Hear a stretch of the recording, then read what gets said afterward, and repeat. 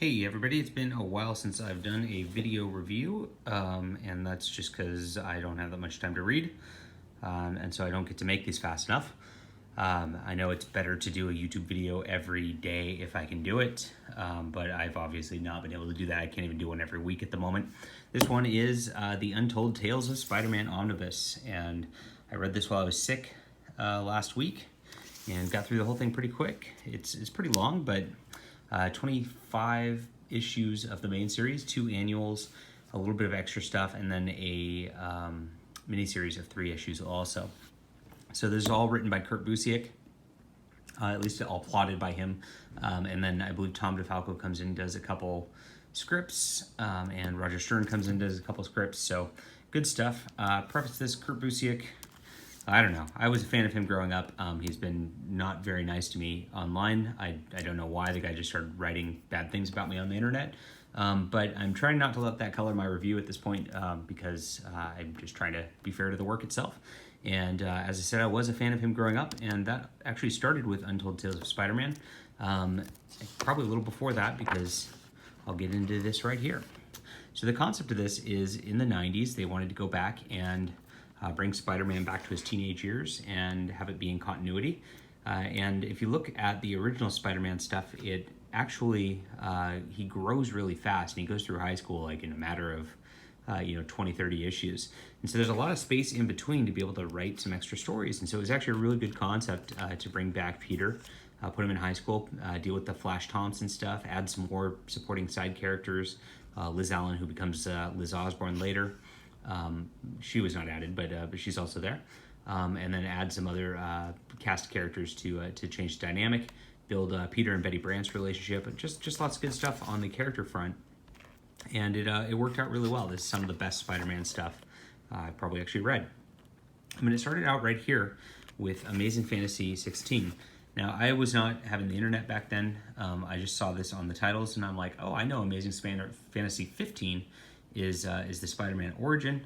And so this is very interesting. They obviously continued the series here with a quick mini-series, and they did a beautiful painted mini-series right here. You'll see some of the artwork right here. This is some of the early painted stuff that they started getting going. And I read this as a kid. I read this series several times as a kid because I loved this painted work. I thought it just it really stood out, looked nice compared to stuff, and really cool stuff. And this is just a good book. Now it starts out with Peter dealing with being Spider-Man early. There's an agent who wants him to come back and get on some TV shows with him. It's got a new dude he's fighting at the beginning of this, some new villains, and a new character who kind of gets recurring through this and then is at the end of it. Aunt May is dealing with money problems. Here's the character who's recurring, who shows up, that Peter ends up having to deal with. And it's just good. So the twist, as they don't show you in the first one, is a girl with power, and they end up being friends, and it looks like they're going to be real good pals together. And it turns out she's the one messing with a lot of the stuff in the city, and because she's a haughty teenager, she just is like, no, now I hate you, Spider-Man. And that's that. So they get back together here, and she's his villain at this point. There's the I hate you, I hate you, I hate you. Pretty emotional stuff. Yeah, seems like a real teenage girl. And we see the Kingpin kind of developing something in the background, which is kind of fun, as we know he shows up around issue 50 there. And here's 18, another new villain right here, kind of a shocker villain again, and beautiful painted cover. I like this villain.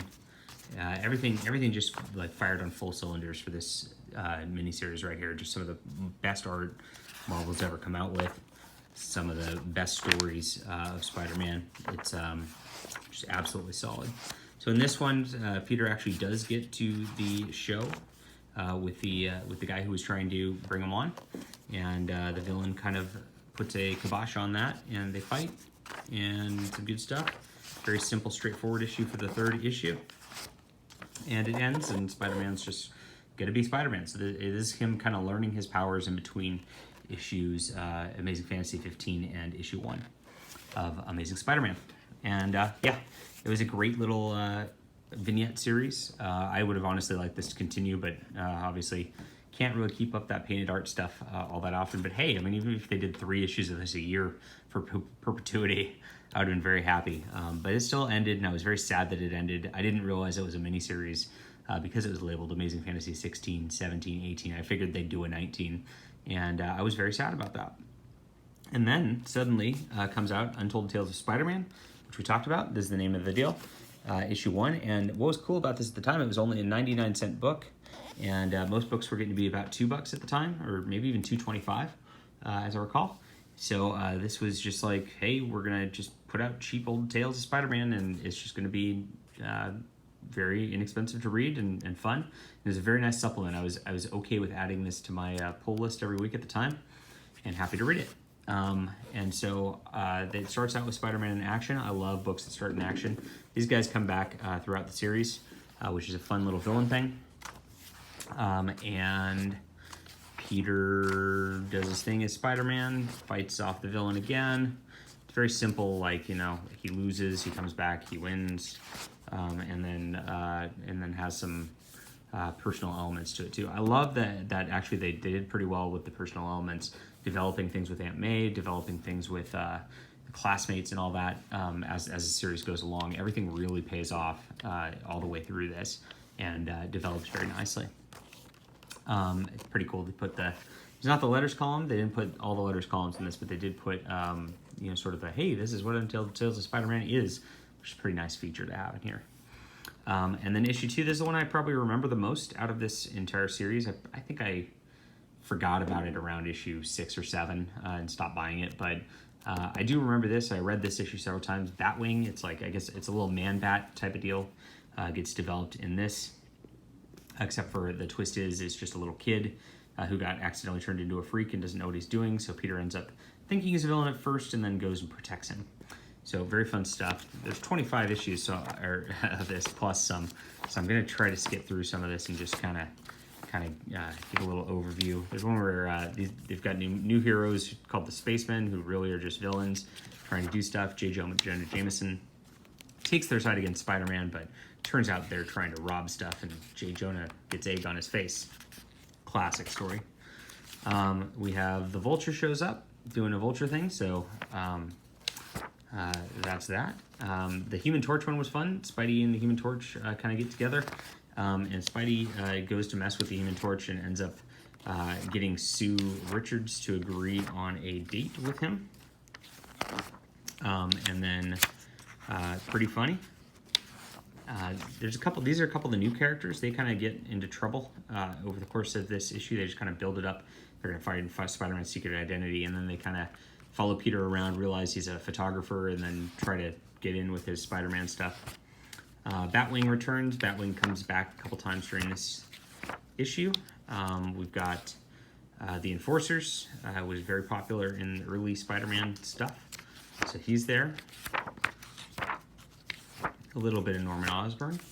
We got more Batwing, and the Lizard comes back in this one, pretty good. And all of these are pretty good. Commanda is a new villain here that they brought in, and you know, pretty 90s. Pat Oliffe did the art for most of this, and he was the artist on Spider-Girl later for the at least opening, 30-40 issues or something like that. So I definitely like the art, and he's one of my favorites, so that helps make this a book that's very good, and it's very consistent all the way throughout. And this had a weird resolution to it that I didn't like so much, but in that issue, not everything could be a huge hit. Got the Shocker here. This is a Betty Brant issue because she ran off in the main Spider-Man book for a long time and kind of disappeared, and we get a little more background about her brother, who was involved in some crime stuff, and an old boyfriend, and he comes back, and we have to deal with that at this point. And then one of the side characters dies in here, and Peter gets kind of upset about that because he thinks it's his fault. More Human Torch goodness. This guy from the first issue comes back here. A little redemption story there goes on. Lots of stuff. This keeps going. Peter fights Hawkeye. Hawkeye was a villain at the time, and Peter talks to him, and it kind of starts as a little transition to Hero. Doc Ock makes an appearance. They're building up some Green Goblin stuff in here, a little X-Men team up, which is pretty fun. And I think, what else happens in here? The Crime Master. Yeah, this is where this all gets tied in with the Green Goblin and building the Norman Osborn sort of legacy here. And it actually makes it way better. This annual literally just crosses over with like every hero. And it's just a dude who gets powers in over his head. And then Peter convinces him to be a good boy at the end of it. And they got all the villains that they put in Untold Tales of Spider-Man at the back of the annual. That was kind of nice. They did these little PD things, which is like Peter Parker as a kid side stories. I found these boring, not really my thing. Might be your thing. I thought this was a really cute homage to Archie, and I thought this was cute too. Homage to the old comics. This is a real cute one too. Good stuff. Batwing, this is kind of the end of Batwing, so they resolve Batwing so that this little kid is not screwed up the whole time. Really nice, tense story right there. And it ends with a Green Goblin issue where he's fighting the Green Goblin and dealing with that. They came back, and I guess, so that it ends there. That's the end of they canceled it at 25, and that was going to be Kurt Busiek's last issue, so that's that. Let's end the Green Goblin, so that ends. Then in, I guess, whatever book this was in Amazing Spider-Man Annual 37, something like that. They did a flashback Untold Tale of Spider-Man, and they just made it so Spider-Man became a Marvel comic or something, and they kind of broke the fourth wall. I didn't like this story very much. They have a -1 issue. There's like this -1 event that's like from the past of all heroes or whatever at this time. This involves Peter Parker's parents as super spies or whatever. Again, I didn't really like that issue. It didn't really fit with the rest of the omnibus. Another little PD adventure, which I wish I wasn't reading. And that's it.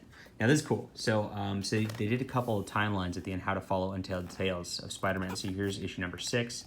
Number 1 takes place there, 2 is there, 7's there. And then where do they actually fit within the Amazing Spider-Man stuff? So if you actually want to read Amazing Spider-Man, then this, and go back and forth, you actually have a nice timeline here. And I really appreciated having this in the back. It was pretty cool to check out the continuity there. So overall, this is a very solid book if you like old Spider-Man, and if you like those old-timey 60s tales, but like with a little better writing maybe, because Kurt Busiek's a little better with the dialogue and all that. This book's definitely for you.